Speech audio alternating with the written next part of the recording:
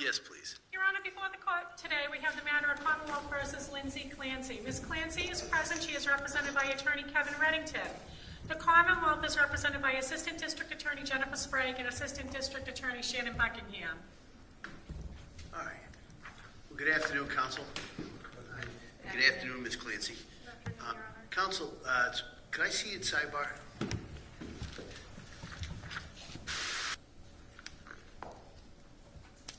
All right, counsel. What I thought we'd do is kind of just go through kind of a list of matters that we have to. So I know we're going to talk about empanelment, we'll talk about scheduling, and then some of the pretrial matters we're going to go. I want to talk to counsel in regards to if the defendant at some point is going to request to be absent from the courtroom at some point during the trial. I want to go over. That's not carved in stone. No, I know. I'm just the reason I wanted to raise it so that if it, and it's not carved in stone, but if it comes I up. can tell you, Your Honor, that without invading attorney-client privilege, she does not intend to Right. seek to absent herself at all from this trial. She'll be here from beginning to end. And that's fine. The only reason I'm saying it is I know that was raised. It may come up. That's all. And if it comes up, it may come up because of observations I make. I'm not saying that the defendant would be requesting that, but I just kind of wanted to let counsel know how I would handle that if that came up. Then we want to talk just about, I know we've got the blood spatter motion we have to address, I believe. Your Honor, I've changed course on that, and I've talked to defense counsel about that today. I'm no longer going to, my goal is no longer to use a physical demonstration. During prep with the witness, we realized that a series of photographs might better display the different types of spatter. So the witness is sending me photos that she uses during trainings when she trains other people, and I'll send those to defense counsel, and we should be able to agree on some photos, I think. All right. That should be fine. And so with that, we don't need to address that motion today? I don't believe so. No. It can be difficult if you have I photos. did consult with Peter Valentin, my expert, and I told him that it was my feeling and understanding that we would not be doing the dope ad today, so I'm good on that. Okay, all right. So we won't address that. So just, why don't we talk a little bit about empanelment and the procedure that I would consider doing is implementing a questionnaire. And I drew up a draft of one. I'll give it, we can kind of do a final talk through on Monday where we do that, but this is just so you can take a look at it. It's just 8 or 9 questions. So my thought would be have the jury come up here as a whole, give them an introduction to the case, give the Commonwealth. Do we have a statement of the case? Yes. I submitted the final pretrial memo, and I believe defense counsel submitted a paragraph that he would like read that the Commonwealth's objecting to. All right. Well, why don't we? So we'll circle back on that, and then go through the general questions with the jury. Then send them back downstairs to fill out this questionnaire.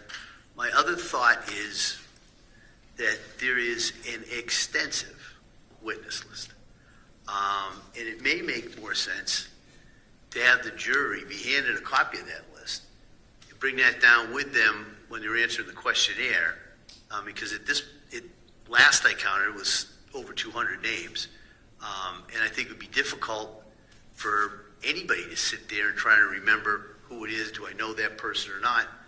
So my thought would be to give them the questionnaire, give them the witness list, send them downstairs to fill that out.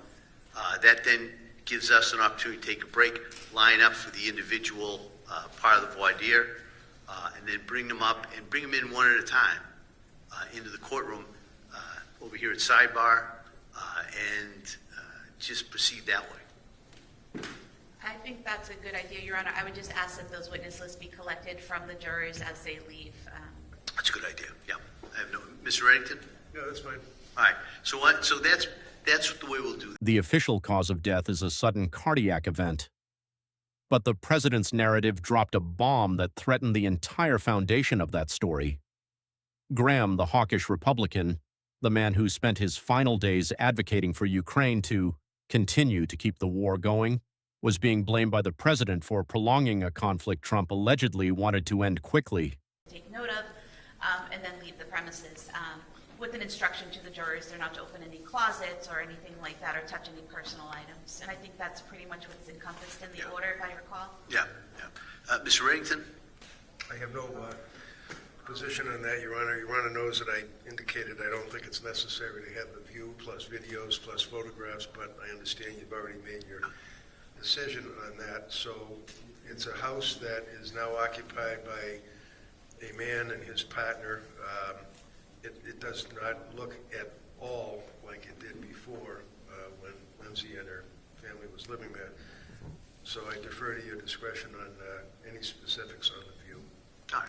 So my intention would be to, as I said, allow the motion for the view, issue that order in line with the proposed order that was given by the Commonwealth, and then as we go forward, we can give the homeowner a notice on that. We'll have police and security there to address any of those concerns. In the order regards to the media, we'll also deal with the no photographing of the jury during the view. Could I just make an observation, Your Honor? Sure. It's a situation where obviously we're dealing with people that are civilians or professionals. This is not a situation where we're looking at a drive-by murder in the middle of an inner city where there's danger to jurors and stuff. Can I ask that the court at least limit the police presence? I mean, I have had it with police officers on motorcycles buzzing back and forth next to the jury bus, and police officers stopping traffic and blue lights behind you, blue lights in front of you. There's no need for that type of a police presence in this case. We're going to take a bus to a house in a residential area in Duxbury, and that's it. I understand that there may be a need to, I guess, I don't know, close down a road or something, but I would ask that we don't have such an overwhelming police presence for obvious reasons. Come on. We could go to sidebar. We do have a plan in place, but for security purposes. Sure, yeah. You see sidebar?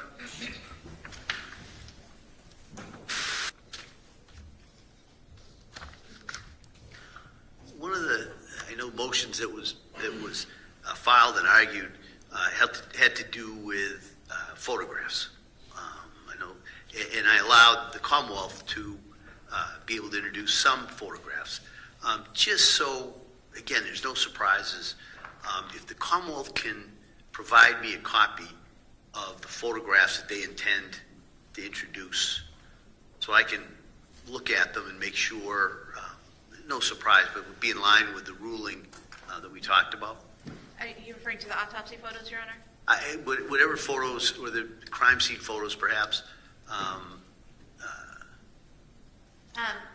We could provide you with either the disc with all the photos, or it's the issue. The reason I'm hesitating is at the moment, as we're prepping, we're deciding what photos to use, but that could change mid-trial. So I could give the disc with all of the photos for you to review and be prepared in case there's an argument about one of them. I don't think there's going to be. We've already kind of had the argument in regards to the photographs, and I also allowed that some photographs will be admitted with limiting instructions, but I just kind of want to make sure that I understand really what the jury is going to look at, so I can make that final determination. So kind of however you want to do it. If you want to give me all the photographs, that's fine, or just some representative ones. I'm not going to hold you to if there's one that's a little different angle from some other one, but just so I have some idea kind of what we're going to have to deal with. And I can bring in copies of the autopsy photos as well. Okay, that's fine. All right, thank you. The other thing we had talked about last time was that the 3D model was, I'm not sure if that was done or if that's an issue now, or. It's almost complete. I'm expecting to, Sean Marucci from our office has been working on that, and as soon as it's done, provide a copy to defense counsel in the court to look at, but it's going to be a digital monitor that's on the screen. So it's a digital representation of the house? Yes, a digital model of the home. It'll have an exterior view, and then it'll have each floor of the home. And it's just a digital model, nothing physical. All right.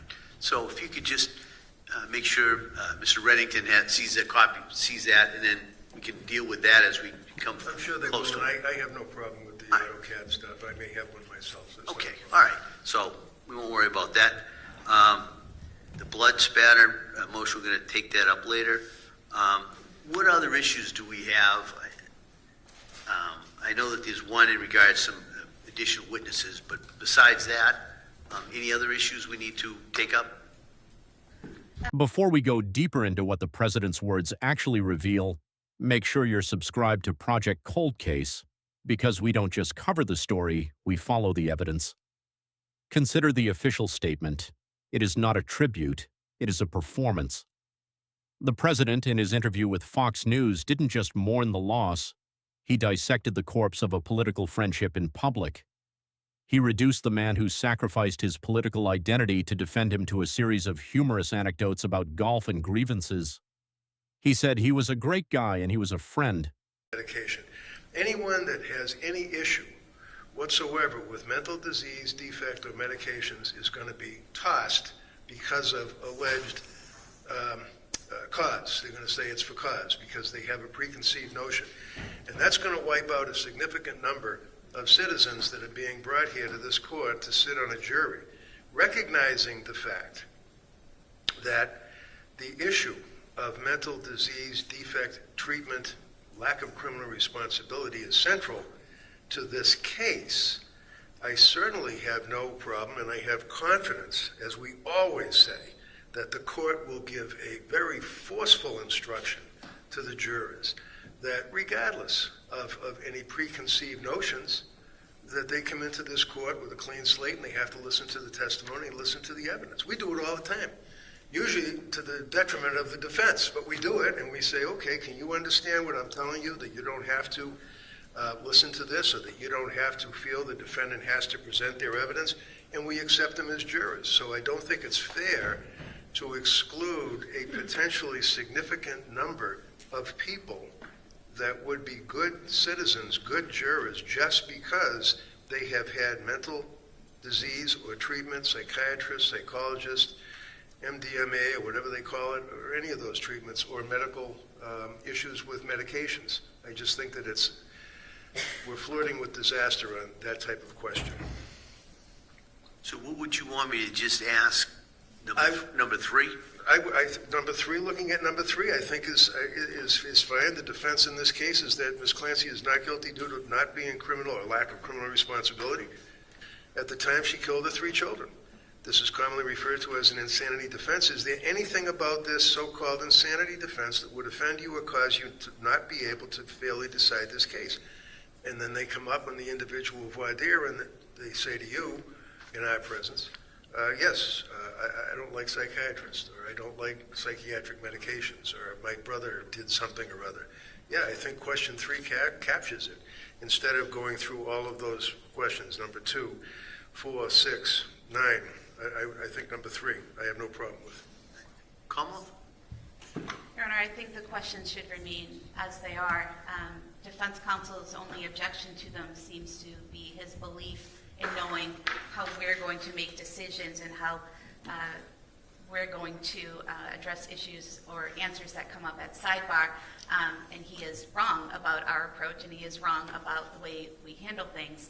I can speak for myself, and I can say that if a person comes up and says that they have had mental health treatment, mental health medication, I have no issue with that, as long as they can be fair and impartial to both sides.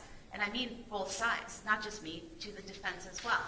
Now, his example that he gave, that someone says, I had an awful experience with a doctor, it ruined my life, and I can't be fair and impartial, I should think that neither side would want to take that person, because we want a fair and impartial trial for both sides.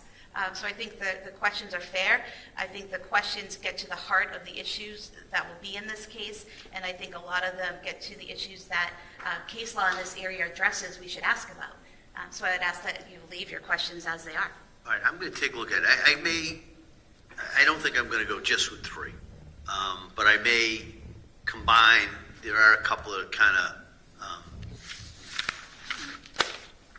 of just going over the same kind of area. So I think if I can condense those, that's probably what I'll do. And I'll give parties the chance to be heard again in regards to that. So it'll probably be 3 and then maybe one other one addressing that kind of issue. All right, anything else? Would Your Honor consider adding the question of, do you understand that a defendant does not have an obligation to present any evidence or testify in I'm the case? just so everybody knows, what I'm also going to do is after we have the questionnaire, I'm going to bring them up, bring each juror over to the side, and then I'm going to ask, some additional questions, including the defendant not having to testify. Okay. And understanding not having to present any evidence. Yep, that's fine. Questions about police credibility, all those type of things that I would generally ask. I was just having the questionnaire because these are kind of issues that those type of questions in the questionnaire, it may be easier for people to go and kind of reflect a little bit instead of just standing up here for the first time being hit with these type questions in front of us. So I will ask, defendant does not have to testify. The defendant has no obligation to present any evidence. The police credibility question, kind of things along those lines, I'll ask over here. And then the parties can have, reasonable follow-up as well. All right? Thank you. All right, anything else? Finally, you gestured to that side of the bench. Would the individual voir dire be? The individual voir dire, that's just by force of habit. Okay. The individual I was voir gonna say, dire, we as we need that. discussed before, will be Yep. done over here. Perfect. Defendant will be here, sidebar. Okay. And then, and that's part of why we're going to take that break, to have the jury go back, fill out the questionnaire, then we'll set it up for the individual voir dire. We'll do that over here. Okay, thank you. Okay? All right. Now, anything else? Not for me. All right, Como? All right, well, thank you very much. We'll see everybody on Monday, 9 o'clock. We'll begin the impanelment. As you know, it'll probably take a little while before we get the jury up here, but so if there's anything that we have to address before I go talk to the jury, we can do it then. All right? Thank All you. right, counsel, thank you. Thank you.